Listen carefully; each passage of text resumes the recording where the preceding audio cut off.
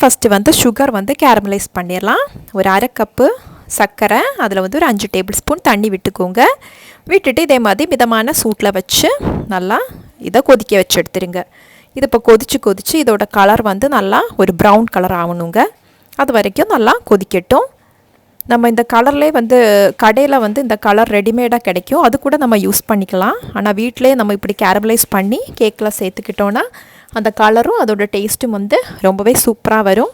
இப்போ பாருங்கள், கலர்லாம் கொஞ்சம் சேஞ்ச் ஆகிடுச்சு. இதோட இனி ஒரு நெக்ஸ்ட் கலரில் வரணும், ப்ரௌன் கலர். அப்படி ஆகும்போது இதில் வந்து சுடு தண்ணி ஒரு அரை கப்பு ஊற்றிடலாம். எப்போவுமே சுடு தண்ணி தான் ஊற்றணும். நம்ம சில் வாட்டர் ஊற்றிட்டோன்னா அது வந்து அப்படியே கொதித்து வெளியில் வந்துடும். இந்த கலர் வந்து கரெக்டாக இருக்குங்க. இப்போ இதில் வந்து ஒரு அரை கப்பு சுடு தண்ணியை விட்டுடலாம். விட்டுட்டு நம்ம தண்ணி ஊற்றும்போது அந்த சுகர்லாம் வந்து திக்காய் வரத மாதிரி இருக்கும். அது அப்படியே வந்து ஒரு 2-3 நிமிஷம் நல்லா கொதிக்க விட்டுட்டு நம்ம இதை ஆற வச்சு எடுத்துக்கலாம். இப்போ நம்மளோட கேரமலைஸ் இந்த சுகர் ரெடி ஆகிடுச்சு. இதை ஆற வச்சு மாற்றி வச்சுருங்க. நெக்ஸ்ட்டு வந்து நம்மளோட ட்ரை ஃப்ரூட்ஸு. இது வந்து நான் ரெட் வைனில் ஊற வச்சதுங்க. நான் என்னென்னலாம் சேர்த்துருக்கேன்னு உங்களுக்கு இந்த சைடில் போடுதேன். அதுவும் இல்லாமல் டிஸ்கிரிப்ஷன் பாக்ஸில் இது எப்படி ஊற வச்சேன்னு போட்டிருக்கேன், அதையும் பாருங்கள். இப்போ இது மாதிரி ஒரு ஃபில்டரில் போட்டு நம்ம இதில் எக்ஸ்ட்ரா இருக்கத அந்த வைன் எல்லாம் ஃபில்டர் பண்ணி எடுத்துடலாம். இப்போ இதில் வந்து மைதா மாவு ஒரு 3 டேபிள் ஸ்பூன் போட்டு இதை நல்லா பெரட்டி எடுத்துருங்க.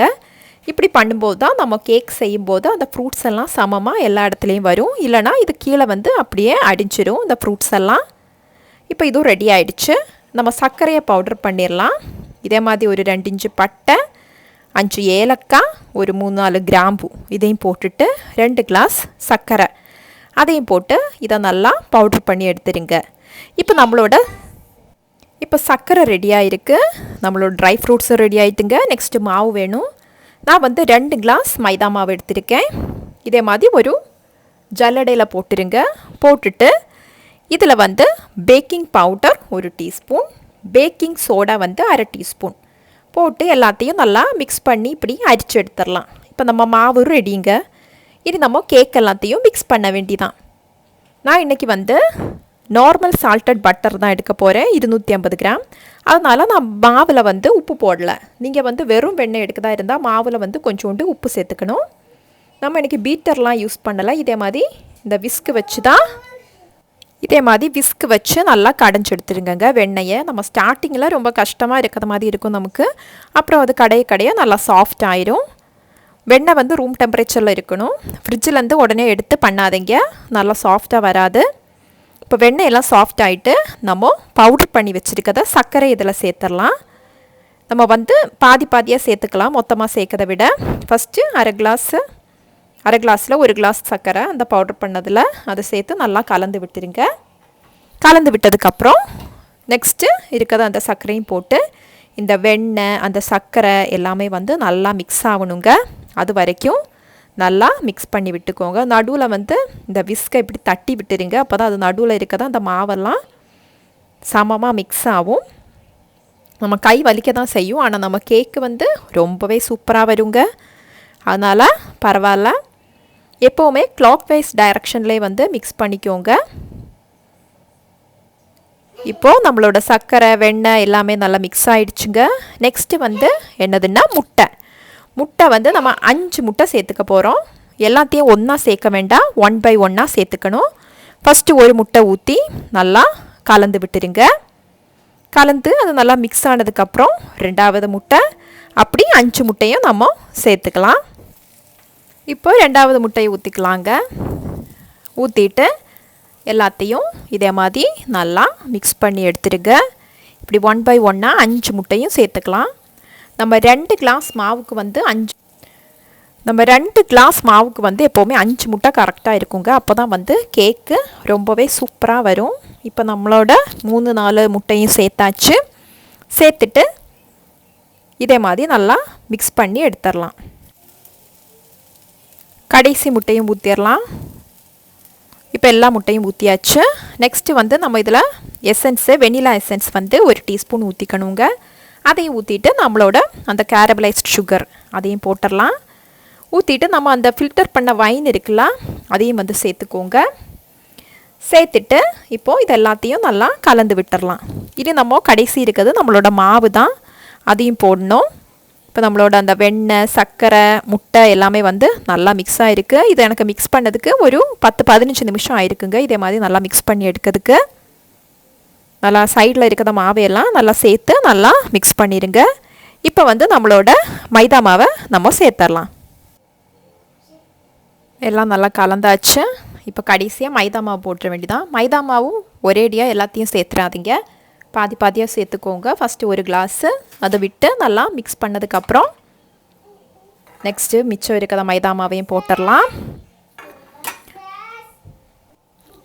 மிச்சம் இருக்கிற மாவையும் போட்டாச்சு. போட்டு எல்லாத்தையும் நல்லா கலந்து விட்டுருங்க. இனி வந்து நம்ம ட்ரை ஃப்ரூட்ஸ் மட்டும்தான் ஆட் பண்ணணும், பாக்கி எல்லாத்தையும் சேர்த்தாச்சு. நம்ம மாவே வந்து நல்லா க்ரீமியாக வந்திருக்கு. இப்போ நம்ம ஊற வச்ச அந்த ட்ரை ஃப்ரூட்ஸையும் இதில் சேர்த்துக்கலாம். அதையும் சேர்த்து இந்த மாவு, ட்ரை ஃப்ரூட்ஸு எல்லாத்தையும் நல்லா கலந்து விட்டுடலாம்.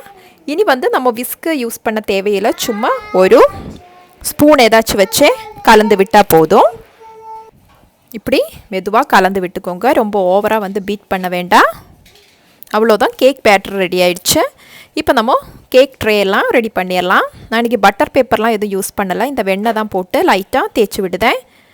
இப்படி எல்லா பகுதியிலையும் நல்லா தடவி விட்டுருங்க. சுற்றி தடவிட்டு நம்ம கலந்து வச்சுருக்கத மாவை இதில் ஊற்றிடலாம். நான் இன்றைக்கி கப் கேக்கும் செய்ய போகிறேன். இந்த மாவுலையே இதில் ஊற்றிட்டு கொஞ்சம் மாவு எனக்கு மிச்சம் வரும், அதில் கப் கேக் செய்ய போகிறேன். இப்போ இதே மாதிரி நம்ம மாவையெல்லாம் ஊற்றிடலாங்க.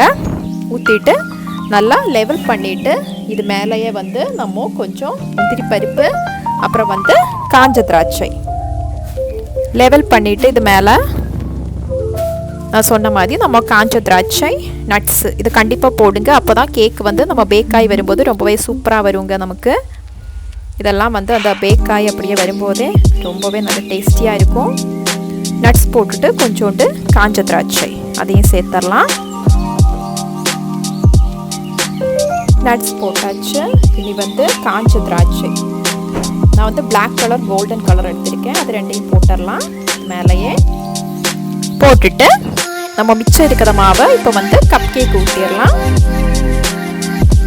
ஊற்றிட்டு இப்படி லைட்டாக தட்டி விட்டுடுங்க, அப்போ தான் அந்த ஏர் பபிள்ஸ் எல்லாம் போகும். இப்போ கப் கேக்கோட மாவையும் நம்ம ஃபுல்லாக ஊற்றியாச்சு. கொஞ்சம் கொஞ்சமாக ஊற்றிக்கோங்க, நிறைய ஊற்றினா அது வந்து பேக் ஆகி வரும்போது பொங்கி மேலே வந்துடும், அதனால் கம்மியாகவே ஊற்றிக்கோங்க. இதே மாதிரி மாவெல்லாம் ஊற்றிட்டு நம்ம அவனில் வச்சு பேக் பண்ணிடலாம். அவன் வந்து ப்ரீ ஹீட் பண்ணது ஒரு 15 நிமிஷம் ப்ரீ ஹீட் பண்ணிடணும். இப்போ நம்மளோட கேக்ஸ் எல்லாமே ரெடியாக இருக்குது. இப்போ பேக் பண்ணிடலாம்.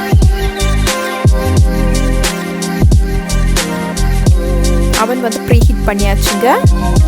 நம்ம வந்து 180 டிகிரியில் வந்து ஒரு 45 மினிட்ஸு பெரிய கேக்குக்கு. கப் கேக் வந்து 20 நிமிஷத்தில் ரெடி ஆயிடும். இந்த ஃபேன் சிம்பிள் இருக்கும், அதே செலக்ட் பண்ணிக்கோங்க. ஓரோ அவன்லையும் அது வித்தியாசமாக இருக்கும். என்னோட இது நான் இதுதான் யூஸ் பண்ணி போகும், அப்போ தான் வந்து சூடு எல்லா இடத்துலையும் கரெக்டாக போகும். நம்மளோட கப் கேக்கு, அந்த பெரிய கேக்கு ரெண்டுமே வச்சாச்சு. கப் கேக்கு 20 நிமிஷத்தில் ரெடி ஆயிடும். அப்போ நம்ம செக் பண்ணலாம், மூடி விட்டுடலாம்.